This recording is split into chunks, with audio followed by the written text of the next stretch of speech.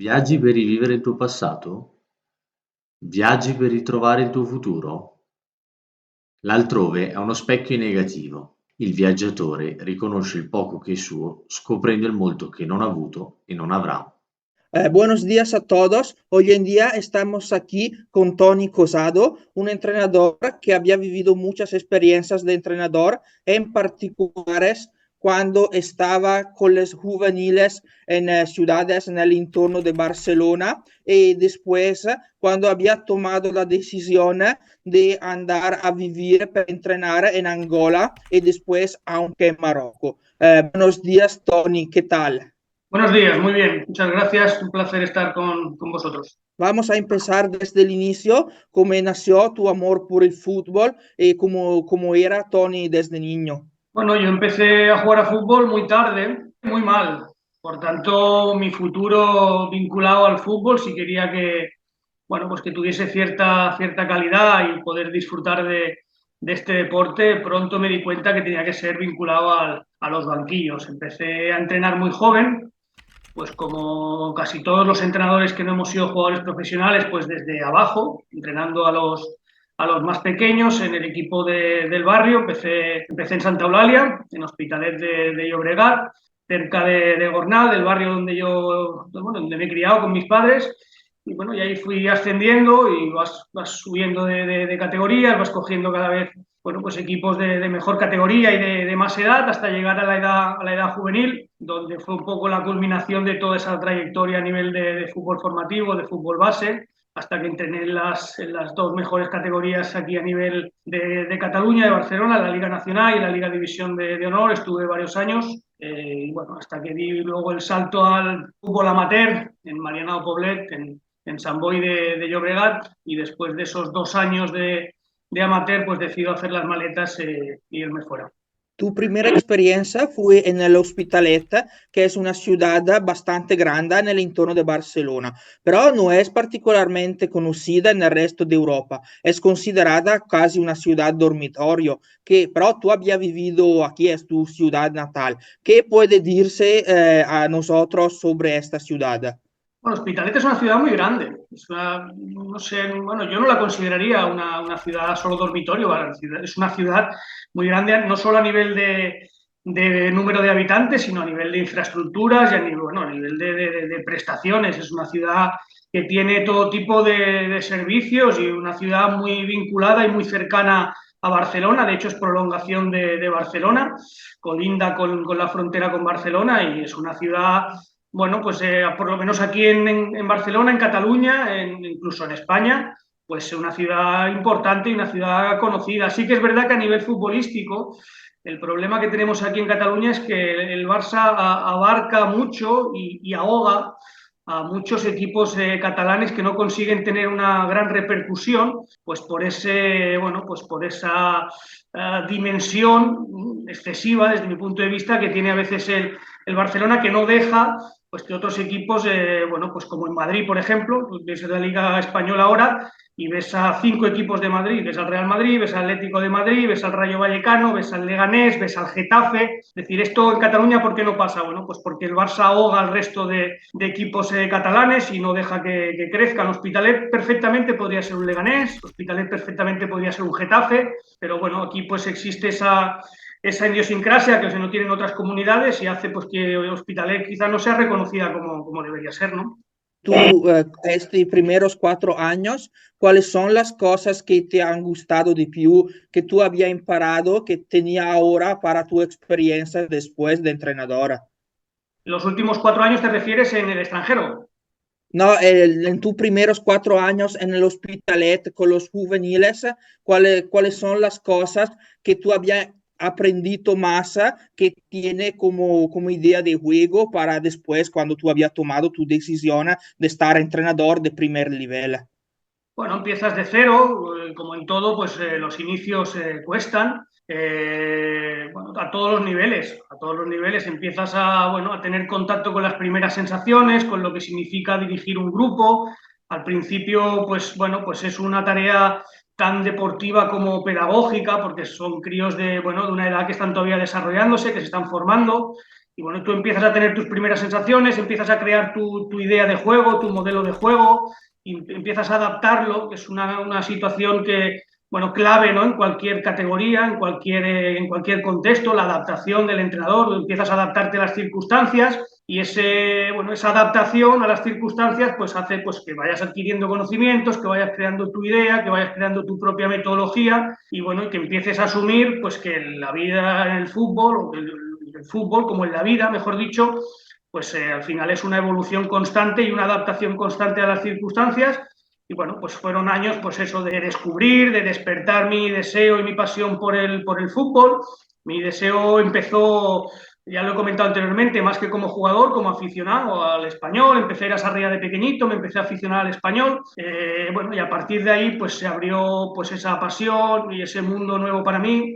Y ya era muy tarde para jugar, ya era muy tarde para tener un nivel y bueno, y para poder disfrutar jugando y pues dirigí mi foco hacia los banquillos. Tú en los mismo tiempo, pero estaba escuchando historia en la universidad. Tú habías tenido ambas oportunidades abiertas. Sí, sí, sí, sí, yo eso, bueno, fue una prioridad siempre, es decir, el formarme y el tener siempre, pues, un plan B, ¿no? En la vida, porque nunca sabes cómo te van Claro. a ir las cosas y a veces lo apuestas todo a un color en la vida y si no sale el negro y lo has apostado todo al negro, pues te quedas un poco perdido. Yo tenía claro que me quería formar, que quería estudiar. Eso también fue una de las cosas que me orientó directamente a los banquillos, es decir, tener una buena formación académica y dirigir el fútbol, si bien no como jugador, porque ya era tarde y porque yo había tenido otras prioridades durante muchos años, como era bueno, pues, formarme y estudiar, pues bueno, encaminarlo así, cuadrarlo así, tener una buena formación académica, formarme por lo que pudiera pasar en la vida, formarme porque no sabía entonces, obviamente, qué me iba a deparar. Hoy día me puedo considerar un privilegiado por la carrera que he tenido y bueno, y por lo que he conseguido a nivel deportivo, a nivel pues de estabilidad económica, incluso el fútbol me ha aportado muchas cosas, pero en ese momento no sabía. Por tanto, bueno, lo prioritario, yo aconsejo a todo el mundo que te formes en varias áreas, que estudies, que seas persona, que seas profesional y luego pues vamos a ver lo que la vida te depara, ¿no? Claro. ¿Cuáles fueron las mayores diferencias entre los adultos y los juveniles que tú habías entrenado?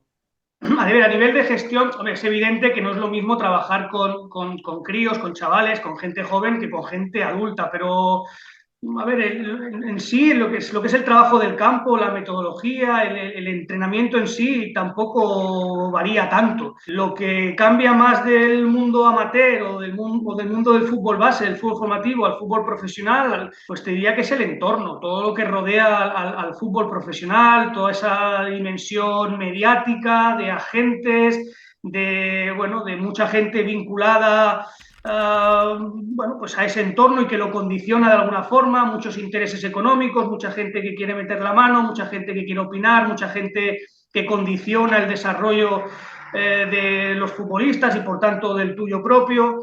Es decir, yo diría más que es, bueno, eso, pues el entorno agresivo a veces que hay alrededor pues del fútbol profesional o del fútbol amateur. No sé si te referías directamente a la diferencia de edad, a chavales jóvenes o chavales adultos, o lo enfocabas también por el tema profesional, pero vamos, creo que te he respondido, Andrea. Y tú después del Hospitalet habías tenido otro club en el área de Barcelona, yo pienso al Club Europa o al Sant Andreu. ¿Cómo fueron estas experiencias y cosa te han dado para el resto de tu carrera? Sí, todos son experiencias positivas porque todas suman, cada una de ellas te aporta unos conocimientos, te aporta, bueno, pues experiencia, horas eso, de trabajo, de nuevos conocimientos, de nuevas experiencias, de nuevas situaciones que te toca afrontar. Yo estuve, pues, te lo comentaba antes, empecé con los pequeñitos en Hospitalet, ahí donde yo me crié, cerca del barrio del Gornal, donde crecí, en Santa Eulàlia, de ahí me fui a Hospitalet, bueno, de Hospitalet luego estuve en Sant Andreu, estuve en Europa, estuve en Mataró, estuve en varios equipos, pues eso, de la ciudad de Barcelona o periferia, y todos ellos pues formaron parte pues de mi evolución, todos ellos formaron parte de mi crecimiento, de mi desarrollo personal, profesional, Y eso fue pues lo que me dio un cierto nombre y lo que me dio a mí conocimientos y me dio pues bueno pues la certeza de que no tenía la seguridad, pero bueno, la certeza de que podía o tenía ciertas garantías pues para lanzarme al ruedo e intentar pues vivir de esto y así fue. Durante mucho tiempo, claro, cuando estás en fútbol amateur no puedes vivir solo del fútbol amateur, pues tienes que hacer algunos trabajos por la mañana, entrenar por la tarde, hasta que llega un momento en tu vida, y en mi vida fue así, bueno, que arriesgué y dejé pues esos trabajos que hacía por las mañanas, esas medias jornadas, y lo aposté todo al fútbol. Y ya te he dicho anteriormente, yo no me puedo quejar, porque es cierto que ahora llevo un tiempo sin trabajar, aunque estoy estudiando ahora algunas opciones, vamos a ver qué pasa en el futuro, pero bueno, es decir, no deja de ser un riesgo en ese momento. Lo aposté todo al fútbol y no me puedo quejar porque el fútbol me dio mucho a mí y a mi familia, ¿no? Si pensamos en Barcelona, en los jugadores que habían nacido y crecido aquí, podemos pensar en Puyol, en Piqué, en Fábregas, ahora en Lamine Yamal, ma ¿está realmente una escuela de jugadores nacidos y crecidos en Barcelona o no? Cioè, ¿cuáles son las reglas? Cioè, por ejemplo, yo pienso todos estos tipos de jugadores habían vivido y nacido en la calle y después había tomado en las juveniles del Barça o del Español. Pero cioè, está la calle el factor predominante para que todos estos tipos de jugadores van a estar grandes estrellas. La calle es muy importante, Andrea, y cada vez se juega menos en la calle y se está perdiendo ese talento callejero. Pero luego está pues la parte más académica, ¿no? O el entrenamiento de club. Y en Cataluña, no en Barcelona, en Cataluña, sí, Barcelona es la referencia, la ciudad de Barcelona, porque quizás la que más repercusión tiene a nivel mundial, pero en Cataluña en general el nivel competitivo es altísimo. El nivel competitivo es altísimo. A veces roza el límite de lo patológico, es decir, a veces se compite, y me incluyo, y quizás si pudiese volver atrás no sería tan competitivo con críos tan jóvenes, porque todo es bueno, hay que respetar los procesos, y aquí en Cataluña para lo bueno y para lo malo se compite mucho, se compite muy bien, pero se compite a veces en exceso. La parte favorable de esto es que bueno, las infraestructuras son muy buenas, el nivel competitivo es altísimo, la metodología es top a nivel mundial. Yo he tenido la suerte de viajar mucho por el mundo, he conocido fútbol de muchos países, he trabajado y he tenido experiencias en otros países a nivel profesional. Es decir, que no solo los he visto, sino que he formado parte de esos clubes, de esos proyectos, de esas metodologías, y no tiene nada que ver. Es decir, el nivel aquí es muy alto, incluso comparado con el resto de España, te diría. Si tú coges cualquier selección, no solo de fútbol, si tú coges cualquier selección deportiva nacional, a nivel estatal de España me refiero, te darás cuenta que un porcentaje importante, considerable, clave muchas veces de cualquiera de las selecciones son jugadores catalanes. Es decir, aquí bueno, pues se trabaja bien, se compite bien y eso pues da sus frutos. Tú habías entrenado aunque en el Español, el segundo club más importante de Barcelona, ma ¿cómo puede este club a competir con el Barcelona, en particular en los juveniles, en andar a seleccionar los jugadores más talentosos del entorno de Barcelona? Cioè, ¿es realmente una guerra con el Barça o cómo se va a dividir los mayores talentos entre los dos? Bueno, no sé si guerra, rivalidad sí que hay, y a nivel de lo que hace referencia, pues sí, claro, a ver, antes te decía que el Barça absorbe mucho en Cataluña y no deja a otros equipos de desarrollarse, pero bueno, el Español tiene un peso histórico y un peso estructural también lo suficientemente grande como para aguantar a lo largo de los años, y bueno, y ahí estuvo siempre y ahí está, ¿no? Y Cataluña tiene mucho espacio, Cataluña tiene muchos jugadores y Cataluña tiene mucho mercado para poder repartirse. El Español tiene una estructura deportiva, si bien ahora no está en su mejor momento a nivel histórico, ni a nivel de primer equipo, ni a nivel profesional de primer equipo ni a nivel de fútbol base, sigue teniendo una buena cantera, sigue teniendo muy buenos jugadores, sigue teniendo una red de captación importante, y muchos de los jugadores que antes hacía referencia, o algunos de los jugadores que antes hacía referencia, y muchos de los jugadores que luego acaban saliendo y parece que salen de otras canteras más importantes o de clubes más conocidos a nivel internacional, dieron sus primeros pasos en el Español, pero luego, bueno, en la edad infantil o en la edad cadete, por dinero, ¿no?, a base de talonario, pues bueno, son captados del Español y son llevados a otras escuelas, y esto ha pasado mucho. El propio Dani Olmo, no sé si antes me hablabas de Dani Olmo, pero bueno, el propio Dani Olmo, que ha sido noticia estos últimos días. Empezó en el Español. Exacto, por el tema de la institución, empezó en el Español, como Dani Olmo, muchos otros. Es decir, bueno, pues el Español tiene un peso importante también en Cataluña, y bueno, yo creo que debería de dar un salto, un paso al frente, bueno, y ser pues un Inter de Milán, ser un Atlético de Madrid. Creo que debería dar ese paso al frente, que no acaba de dar, pero bueno, creo que tiene también la suficiente categoría, la suficiente envergadura como para competir en muchos aspectos con el Barcelona también. Ma ¿cuáles son los aspectos que van a diferenciar tanto el Español con otro club de Cataluña? ¿Son las infraestructuras o tiene aún más? Bueno, la infraestructura, la estructura, la ciudad deportiva, es decir, todo suma. O sea, tener una estructura profesional, tener una gran estructura, tener unas buenas infraestructuras, buenas instalaciones, tener una red de profesionales con grandes conocimientos, todo esto ayuda. Es decir, hay clubes que hacen, no sé, bien el trabajo, que hacen una inversión muy fuerte en un momento determinado de su historia y alcanzan una categoría que está fuera de lo que es su categoría por historia, y si no mantienes esa estructura, si no eres capaz de mantenerla, si algunos de esos profesionales se traspasan, se van a otros clubes y tú no mantienes esa estructura, pues al final eso decae. Es decir, yo creo que, bueno, preguntas por el Español, yo creo que el Español sí que tiene esa estructura, y hay mucha capacidad, hay mucho mercado, te lo comentaba antes, en Cataluña para que muchos otros clubes, como, no sé, como el Nàstic, como el Lleida, como el Girona ahora, pero el Girona ahora prácticamente es un equipo nuevo en primera división.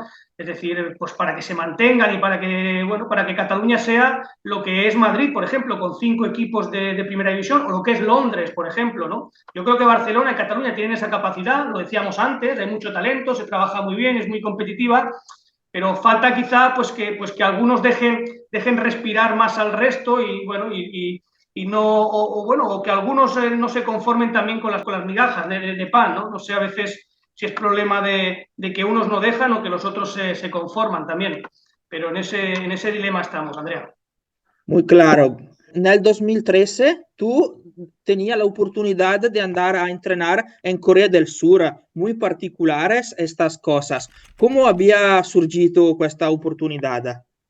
Yo llevaba mucho tiempo aquí ya en Barcelona, yo ya en esa altura, yo ya había dado el paso bueno, pues lo que te comentaba anteriormente, de dejar un poco pues esas medias jornadas de por la mañana, y me había enfocado en el fútbol, a ver qué me deparaba, ¿no? También me había marcado un margen, obviamente, no era algo, bueno, que tenía porque no sabía si iba a ser exitoso, ¿no? Si iba a poder vivir del fútbol o no, pero en esa época ya me había decidido pues que lo quería intentar por lo menos.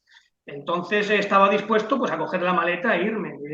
Me surgió la opción de irme de director deportivo a un club de Corea del Sur, y luego al final la negociación no se llevó a cabo, pero el intermediario con el que estuvimos hablando, que llevó la negociación y con el que estuvo a punto de irme a trabajar allí, pues bueno, me ofreció irme unas semanas allí, hacer una serie de entrenamientos a varios equipos coreanos que querían conocer la metodología española, que querían saber cómo se trabajaba en España, y me fui allí. Fue una experiencia muy agradable. Estuve unas semanas en Seúl, en la capital de Corea del Sur, pues eso, entrenando a chavales jóvenes, compartiendo experiencias con entrenadores coreanos jóvenes que querían conocer cómo trabajamos nosotros concretamente en Cataluña. Y bueno, y esa fue mi primera experiencia internacional. Luego volví a Barcelona, estuve un tiempo más trabajando aquí, hasta que hasta que otra vez volví a hacer la maleta para irme a Argelia, a una academia de Argelia. En el 2017 surge tu oportunidad para andar en Angola. Fue una experiencia increíble. ¿Cómo nació y cuáles fueron tus primeras impresiones? Bueno, esta es la mejor, la más duradera y la mejor experiencia que he tenido a nivel futbolístico. Bueno, pues ahí yo estuve unos meses en una academia de Argelia. Es verdad que al volver de Argelia, porque el proyecto argelino no fue como esperábamos, yo estaba un poco desanimado, porque claro, no es fácil, lo apuestas todo por el fútbol, obviamente eres consciente de que hay obstáculos, pero bueno, a veces digerir esos obstáculos o bueno, o convivir con ese día a día no es fácil. Y yo estaba en un momento un poquito, bueno, de desánimo y ahí recibí una llamada que me cambió un poco la perspectiva de todo y la vida, ¿no? A nivel de deportivo y en lo personal también. Bueno, me llama Albert Puig, con el que tenía una gran relación, con el que tengo todavía una gran relación, ya la tenía entonces. Nos hicimos el curso nacional de entrenadores en 2006 en Melilla, fuimos compañeros, ahí nos conocimos. Él estuvo muchos años de coordinador del Barça, estuvo de entrenador y luego de coordinador del Barça en la época de Guardiola, de bueno, el impacto que tuvo ese Barça y demás.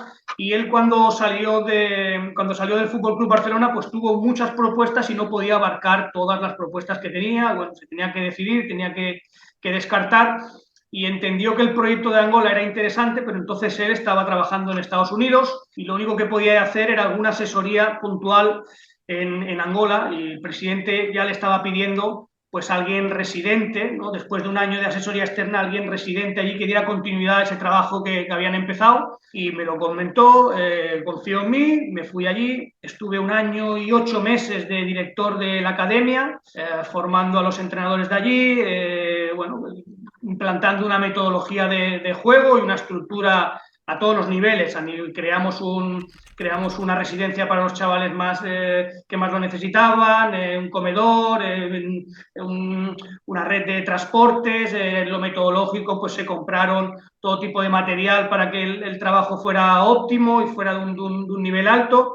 Y estuve 1 año, perdón, y 8 meses hasta que después de ese tiempo cambiaron al entrenador del primer equipo en la primera división de Angola y el presidente pues quiso dar continuidad a ese trabajo que se hizo en la academia a nivel de primer equipo y estuve ahí 2 temporadas más en las que, bueno, a nivel deportivo pues fue una gran experiencia, jugamos 2 años la Champions, nos clasificamos para la fase de grupos 22 años después de que el club no lo consiguiera. Bueno, se vivieron una serie de situaciones que tanto en lo personal como en lo deportivo fueron muy enriquecedoras para mí y para todos los que compartieron esa experiencia conmigo, ¿no?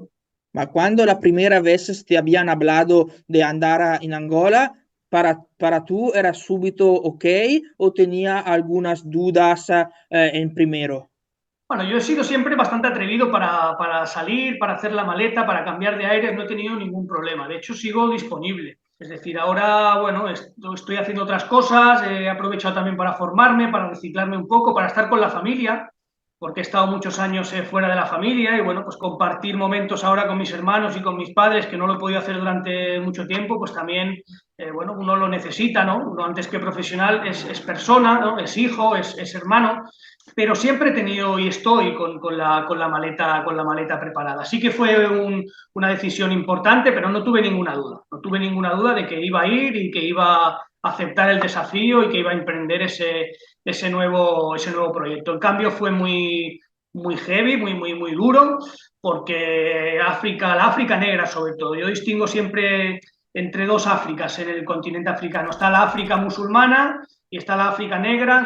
Es un continente, pero son 2 continentes en uno, mejor dicho. No tiene nada que ver una con la otra. Y la África negra tiene cosas muy buenas, pero el día a día a veces es duro, es un poco indigesto y a veces aunque intentes aislarte de algunas realidades que son complicadas, pues no es fácil porque te van creando ahí un pozo y te van creando, bueno, pues un malestar interno que tú crees que, bueno, que ya no te afecta, pero no puedes aislarte de la miseria que hay allí, no puedes aislarte de las dificultades con las que vive mucha la gente que está incluso algunos cercanos a ti.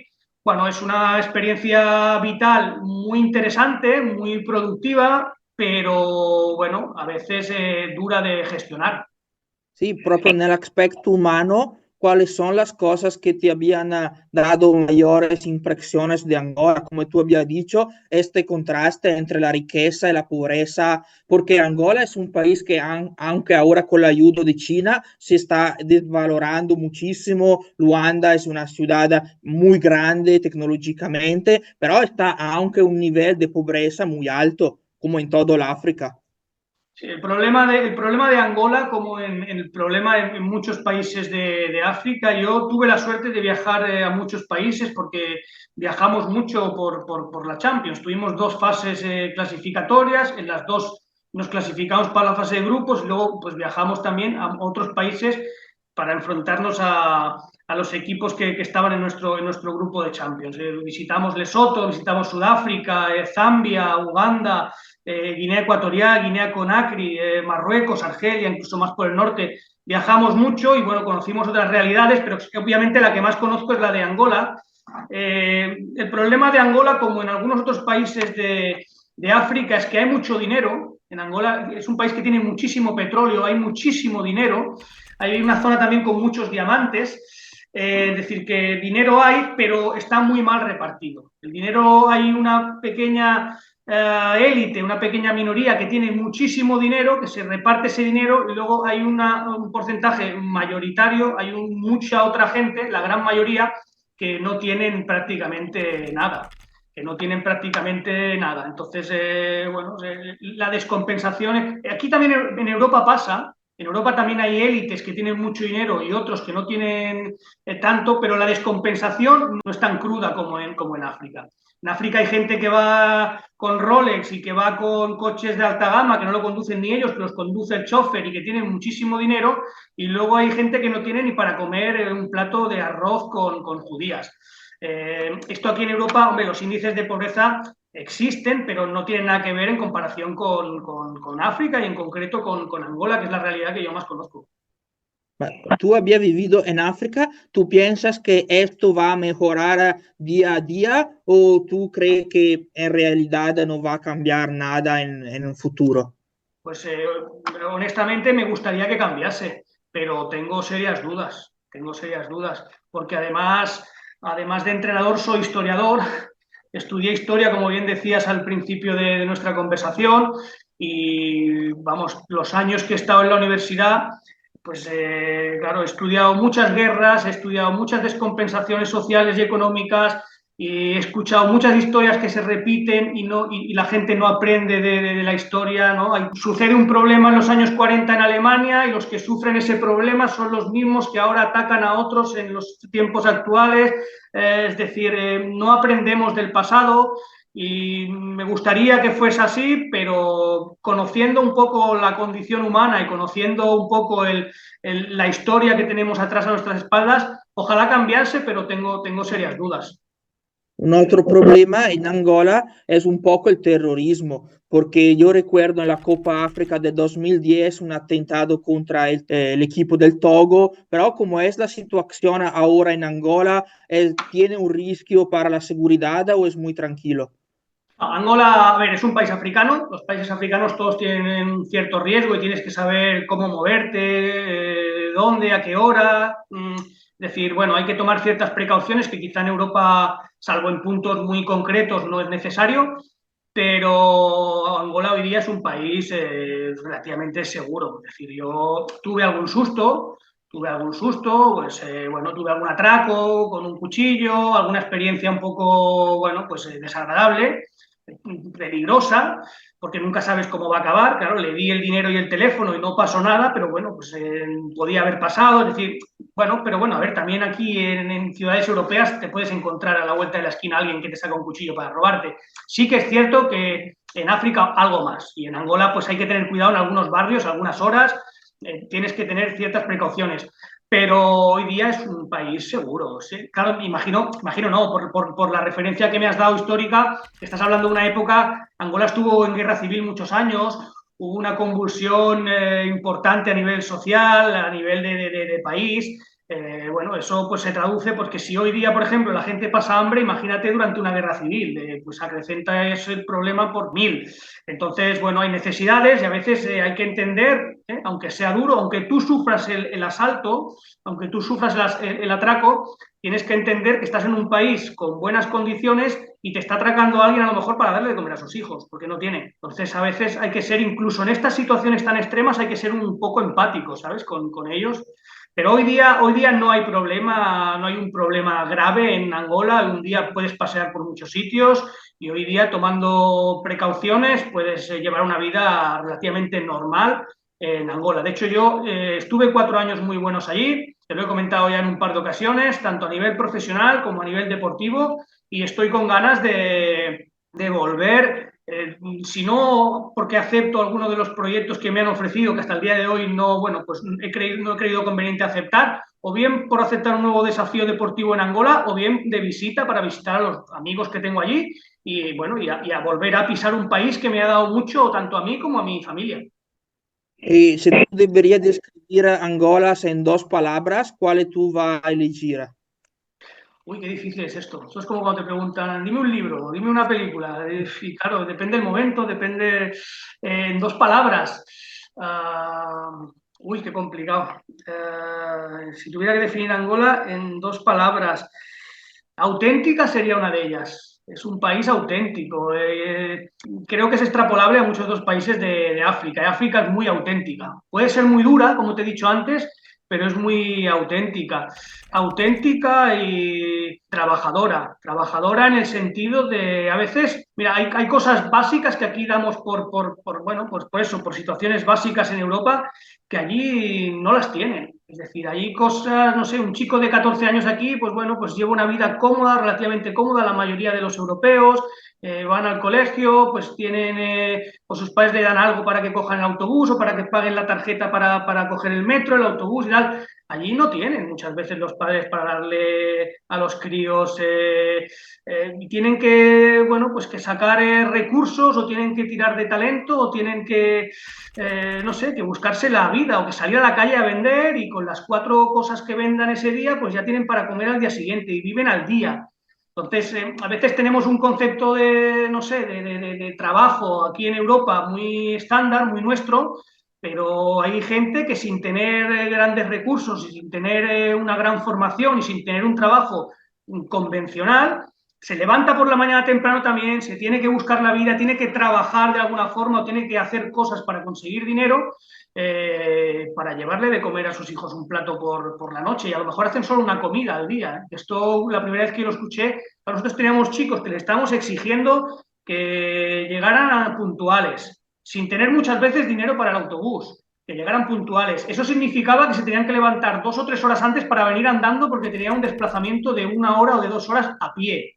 Les estamos exigiendo que luego dieran un buen rendimiento durante 1 hora y media o 2 horas de entrenamiento.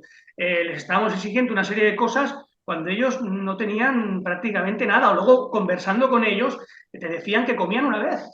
Es decir, que comían un trozo de pan por la mañana cuando salían y que luego la única comida que hacían era por la noche, que se reunía la familia y comían, y, pues la comida diaria.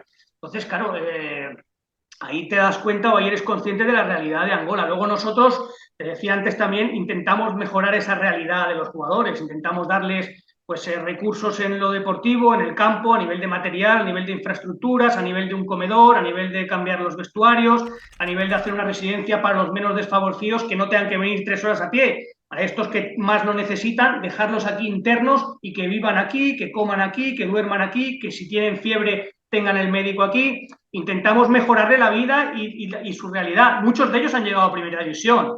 Esto me emociona a veces porque todavía hace poco recibí el mensaje de un crío que lo firmé yo para Petro, lo vi jugar en un barrio, lo firmé para Petro, y después de varios años allí, bueno, lo firmó un equipo de primera división. El otro día marcó su primer gol y se acordó de mí y me envió un mensaje diciéndome, profesor Cosano, he marcado mi primer gol, y me mandaba una foto de la celebración.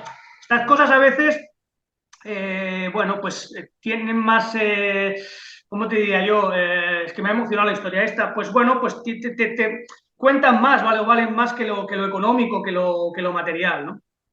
Sí, entrenar a los jóvenes en África es totalmente diferente que entrenarlo en España o en Europa. O sea, yo pienso que está aunque mucho más talentos porque van a vivir todo el tiempo afuera de casa. O sea, es un mundo totalmente diferente que Europa.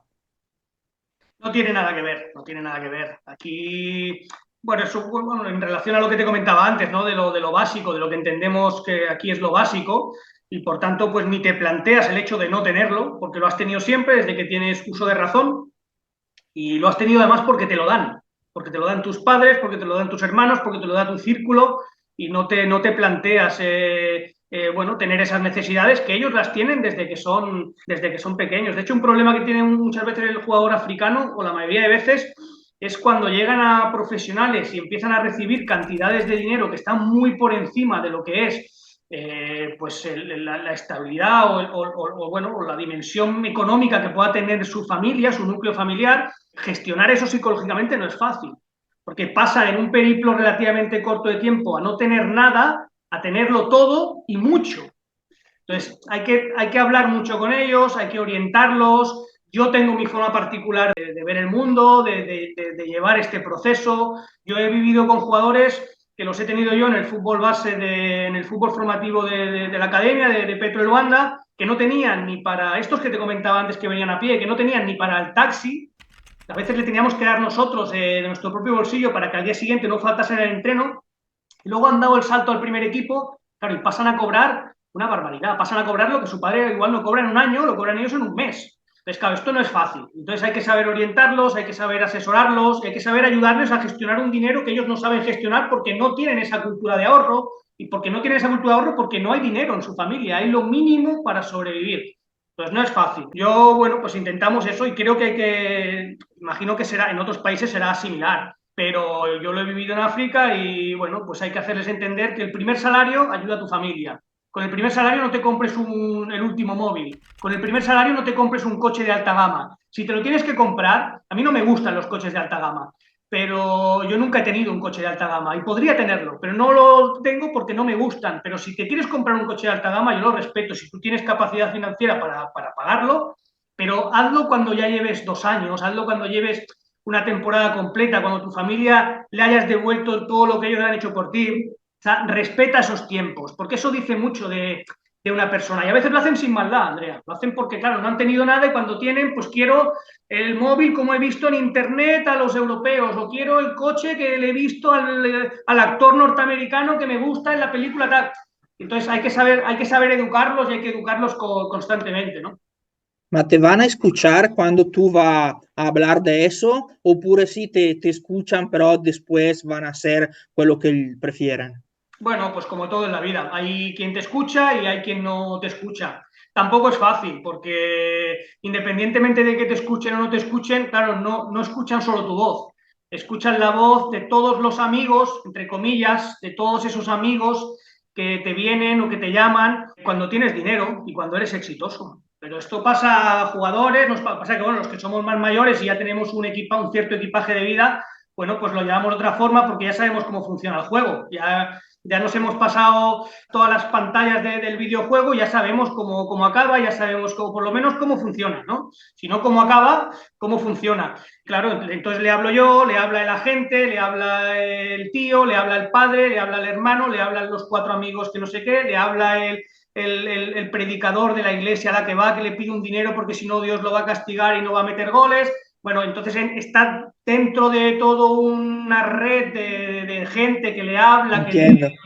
que le asesora, que le pide, que no es fácil de gestionar. Nosotros, ¿no? Intentamos hacer nuestro trabajo, la gente que estamos más cercanos a los jugadores intentamos hacer nuestro trabajo, pero luego ellos al final son los que deciden, los que eligen y bueno, los que hacen lo que creen conveniente. Entrenar en el aspecto más táctico es fácil o para nada. O sea, yo pienso que estos juveniles o aunque en el primer equipo nunca había tenido oportunidad de jugar cuando fueran chico muy joven. Cuando pero tú estás ahí, ¿cómo puede enseñar a ellos todos los aspectos más tácticos o aquello que deberían hacer en el campo? La táctica al final es la misma en África, en Europa, en América y en Asia. El problema es la buena formación de un futbolista desde pequeño. Es decir, aquí en Europa, pues lo que te comentaba antes de Cataluña. Aquí en Cataluña, por ejemplo, pues hay una muy buena formación, muy buenas instalaciones y muy buenos profesionales que entrenan a los críos desde la edad más temprana. Por tanto, llegan a una edad adulta o casi adulta, pues con unos conocimientos y unos hábitos buenos. En otros países, por ejemplo en Angola, pues claro, la formación es deficiente. Entonces, claro, si ellos tienen problemas de nutrición, problemas de educación, tienen problemas de trabajo táctico, de metodología, de entreno, porque no han estado bien entrenados. Luego llegan con unos déficits y con unas carencias que se notan, es decir, la aplicación de la metodología táctica, o sea, puro, lo neutro táctico, es decir, la información táctica, la metodología de campo, es igual en todos sitios. Ahora, cómo la asimila el jugador o cómo la interpreta el jugador, pues varía en función de la formación que ese jugador ha tenido, de la cultura táctica que haya podido asimilar desde jovencito, pues de factores que pueden condicionar, pues eso, pues el desarrollo que pueda hacer de esa metodología en un país o en otro. Yo me he encontrado con dificultades en Angola, pero al final con trabajo, con repetición, con conversaciones, más allá del tema de campo, con conversaciones de despacho, con charlas antes, después, durante incluso. Bueno, los jugadores quizá otro ritmo, pero van asimilando, van adquiriendo conocimientos y bueno, van creciendo. Al final lo importante es sumar y evolucionar. Si tú tenías poder mágico para mejorar el fútbol de Angola, ¿cuáles son las primeras cosas que tú te gustaría hacer? Pues mira, lo que hicimos ahí en la ciudad deportiva de Petro, pero ampliado pues a nivel estatal. Es decir, buenos campos de entrenamiento, buenas residencias, con buenos comedores, con buenas escuelas, donde un chaval llegue por la mañana, como que un chaval que tenga buenas condiciones para jugar a fútbol, llegue a las 8 de la mañana o a las 7 de la mañana, desayune, entrene y allí en el propio recinto pueda estudiar, pueda comer, pueda descansar, pueda trabajar y bueno, y pueda crecer y pueda evolucionar como persona y como futbolista. Eso es básico. Es decir, ese dinero, ese mucho dinero que hay en Angola, todos los millones de dólares, de euros que da el petróleo, pues en vez de que se lo quede el 90% esa élite pequeñita y al resto le dejen las migajas de pan, pues que se reparta un poco mejor y que, bueno, o si yo, como tú me planteabas la situación, tuviera una varita mágica, pues mi varita mágica sería, pues eso, mejorar las condiciones personales, profesionales, del día a día, básicas de los jugadores para poder que crezcan en las mejores condiciones, tanto académicas como deportivas. Con el Pedro, tú habías vivido aunque la experiencia de jugar y de ganar el derby de Angola. ¿Cómo es esta experiencia y cómo es el tifo, el fútbol en Angola para todos los ambientes? O sea, yo pienso que fue una experiencia increíble e inolvidable. Esa experiencia fue genial. Esa experiencia fue genial porque antes te decía que conseguimos clasificarnos para la fase de grupos de la Champions League 22 años después de que el club lo hiciese por última vez, lo cual fue, ni siquiera yo fui consciente del impacto que tuvo aquello. Yo realmente fui consciente cuando vi la reacción de la gente, cuando empecé a ver imágenes de Angola, cuando vi el recibimiento cuando aterrizó el avión, que fue increíble, que tardamos una hora en poder salir hasta que la policía hizo un cordón hasta el autocar. Ahí realmente fui consciente yo de lo que habíamos conseguido. Yo estaba tan metido, porque acababa de aterrizar en el primer equipo, estaba tan metido en mi trabajo que obviamente sabía que era importante esa clasificación, pero no fui consciente de la magnitud de lo que alcanzamos hasta que pasó. Y en el tema del derbi, bueno, ahí sí que sabía lo importante que era ganar el 1 de agosto. También hacía mucho tiempo que Petro no le ganaba 1 de agosto, durante muchos años 1 de agosto pues dominaba y bueno, ganar un derbi después de tantos años pues fue también un impacto importante y se celebró mucho. Aparte recuerdo el campo lleno, no sé si caben 50 o 60 mil espectadores en el 11 de noviembre, en el estadio 11 de noviembre, un campo relativamente moderno y nuevo que se hizo para una competición africana pues reciente. Y el campo estaba lleno ya en el calentamiento, casi, prácticamente. El ruido, el ambiente, cómo se vivió. Luego el partido pues nos fue siempre de cara, pues bueno, ganamos 2-0 metimos el primer gol, pero las sensaciones antes y durante el partido era que el partido seguramente iba a caer de nuestro lado. Luego finalmente en una acción en un error de ellos metimos el segundo gol, Isaac Mensah, un jugador de Ghana que teníamos, y bueno, pues una experiencia muy bonita, ganar el derbi de Angola después de tantos años, una experiencia muy bonita y bueno, y agradecido y contento de poder vivirla y poder disfrutarla en su tiempo. Yo recuerdo aunque que Angola había disputado el Mundial en Alemania en 2006. Angola disputó el Mundial en 2006 en Alemania y el único gol marcado por un jugador angolano en un Mundial lo marcó uno de mis ayudantes, Flavio Amado, un grandísimo Wow. profesional al cual le tengo un cariño enorme. Me ayudó muchísimo, tanto a nivel personal como a nivel profesional en el día a día. Tenía Sorte también, eran dos, Flavio Amado y Sorte. Sorte estaba conmigo en la academia y subimos juntos al primer equipo. Flavio ya estaba allí y siguió con nosotros. Flavio fue el que marcó ese gol. Flavio, que tiene una carrera, una carrera dilatada en Angola, en el Al-Ahly de Egipto, fue campeón de África, de la Champions, fue campeón de Liga Egipcia mucho tiempo. Y sí, tiene, bueno, pues eso, tiene en su currículum haber marcado el único gol que se ha marcado en un mundial, que ha marcado Angola en un mundial, lo ha marcado mi amigo Flavio Amado. ¿Sí? Ahora en la liga italiana está una jugadora de Angola que es Zito Luvumbo. ¿Tú lo conocías? ¿Cosa me puedes decir de él? Yo lo conocí poco, pero bueno, sí, estaba en 1 de agosto, si no recuerdo mal. Yo estaba en Petro, él estaba en 1 de agosto, él era jovencito, él empezaba bueno, a alternar el filial con el primer equipo, ya tuvo alguna exhibición, ya tuvo algún partido, empezaba a hablarse de él como un jugador de gran futuro y bueno, todo parecía indicar que pues que daría el salto a Europa y que se consolidaría por las condiciones que tenía y por el perfil de él. Me alegro mucho, es bonito siempre ver por toda la historia que hemos estado hablando, ¿no? Por las dificultades que tienen allí, por lo dura que es la vida a veces en África, en Angola en este caso, pues es bonito, bueno, pues ver chavales que consiguen hacer realidad su sueño, que consiguen dar el salto a Europa, que consiguen dar unas buenas condiciones a su familia, a su entorno, bueno, y verlos triunfar cuando los has visto, pues sobrevivir, ¿no? Durante algunos años allí en Angola. ¿Ma tú piensas que en futuro la selección puede tener grandes jugadores como puede ser el caso de equipos como Ghana, Nigeria y puede anche ganar en futuro la Copa de África? Pues a mí me gustaría porque es un país al cual le tengo mucho cariño y siempre voy a llevar a Angola en mi corazón. Es decir, independientemente de que pueda volver o no a Angola en un futuro, ya solo por los 4 años que he estado allí, yo le tengo un gran cariño a Angola y Angola siempre estará dentro de mí.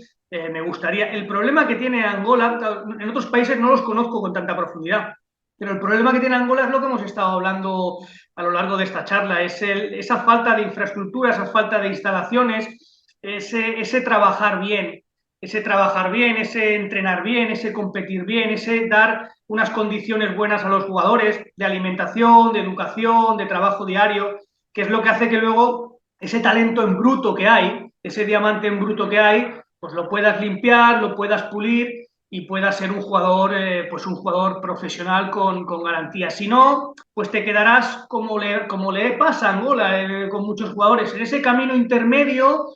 El jugador tiene calidad, pero tiene una serie de déficits que sí, pero no, va para Portugal, que tampoco es una liga top a nivel europeo, pero bueno, es una liga aceptable y que queda en primera o va a segunda y bueno, se quedan ahí en un camino intermedio, ¿no? Para que haya muchos más jugadores, como el que hacía referencia hace un momento, pues tiene que haber pues, un mayor y un mejor trabajo de base, desde pequeñitos. ¿Para ti te gustaría de entonces retornar en Angola en futuro? No me importaría, de hecho sí, me gustaría. Yo he tenido varias propuestas para volver a Angola desde que salí de allí. Es cierto que no he aceptado porque, bueno, he estado haciendo otras cosas y hasta ahora no he aceptado las propuestas que he tenido para regresar. Es cierto que he querido también abrir otros mercados, que bueno, el marroquí, por ejemplo, se abrió, aunque fue un periodo corto, otros no se han abierto.